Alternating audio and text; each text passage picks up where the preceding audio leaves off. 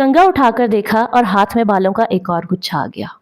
कल भी यही हाल था, परसों भी यही हाल था, और हर बार जब भी कंगा उठाओ यही खौफ होता है कि कहीं बालों का फिर से एक और गुच्छा ना आ जाए, या फिर ये खौफ होता है कि अब कितने बाल बढ़ जाएंगे। सब कहते हैं कि इतनी सी बात पर खौफ कैसा, ये भी कोई परेशान होने की बात है, बाल ही तो है। पर जो महसूस हो रहा है वो सिर्फ बालों का जाना नहीं है, बल्कि ये अपना वो हिस्सा खोना है जो आपको आप लगता है। और सबसे अजीब बात, आप अपने आप से पूछते हैं कि ऐसा क्यों हो रहा है। ऑयल बदल के देख लिया, शैम्पू बदल के देख लिया, डॉक्टर्स के पास जाके देख लिया, लेकिन बालों के गुच्छे हैं कि दिन ब दिन बढ़ते ही जा रहे हैं। क्योंकि शायद असल मसला बालों में है ही नहीं, मसला तो शायद आपकी सोच का है। ज़रा सोचिए, कितनी दफ़ा ऐसा हुआ है कि आप किसी मसले का शिकार हुए हैं और आपने वो बात सिर्फ अपने तक रखी।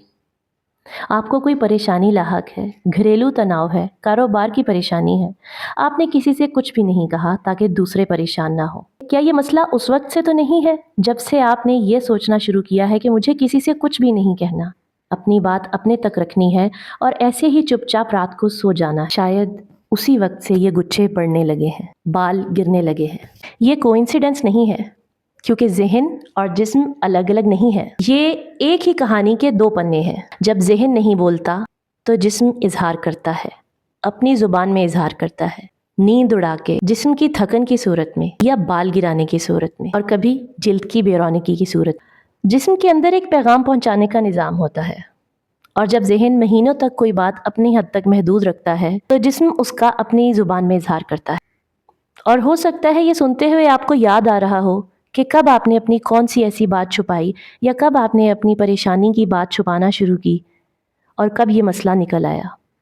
बस वो वक्त या वो बात याद आना ज़रूरी है, आधा मसला हल हो गया। इस बात को याद करने के बाद जिस्म को दोबारा से अपनी ज़ुबान में कोई पैगाम नहीं देना पड़ेगा। होम्योपैथी इस बात को पहले से ही जानती है कि कोई भी जिस्मानी अलामत अपनी जगह अकेली नहीं होती।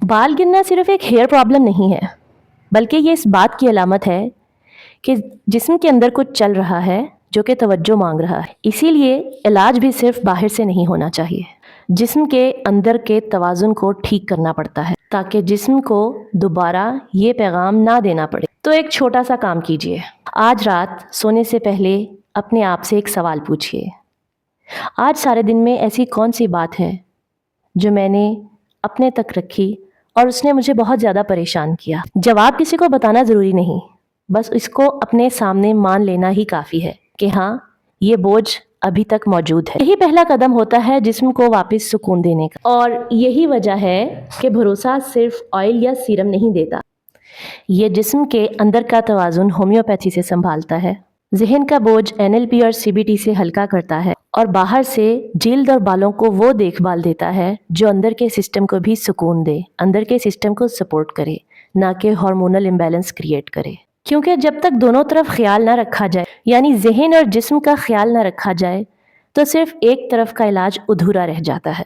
अगर ये बात आपको छू रही है, या आपको ये सब सुनकर ये लग रहा है कि ये तो मेरी बात हो रही, तो कमेंट में सिर्फ इतना लिख दीजिए कि मुझे समझ आ गया। मुझे पता चल जाएगा कि ये बात कितने लोगों तक पहुंच रही है और कितने लोगों से रिलेट कर रही है। याद रखिए, बालों का गिरना कमजोरी की निशानी नहीं, ये इस बात की निशानी है कि आपने बहुत कुछ अकेले उठा रखा है और अब वक्त है उस बोझ को थोड़ा हल्का करने का। अगले एपिसोड में हम बात करेंगे कि कैसे पता लगाएं कि ये मसला हार्मोनल है या स्ट्रेस की वजह से है, और इनमें फ़र्क करना भी क्यों ज़रूरी है। तब तक सब्सक्राइब रहिए, क्योंकि भरोसा में आपकी जगह है। भरोसा करके देखो।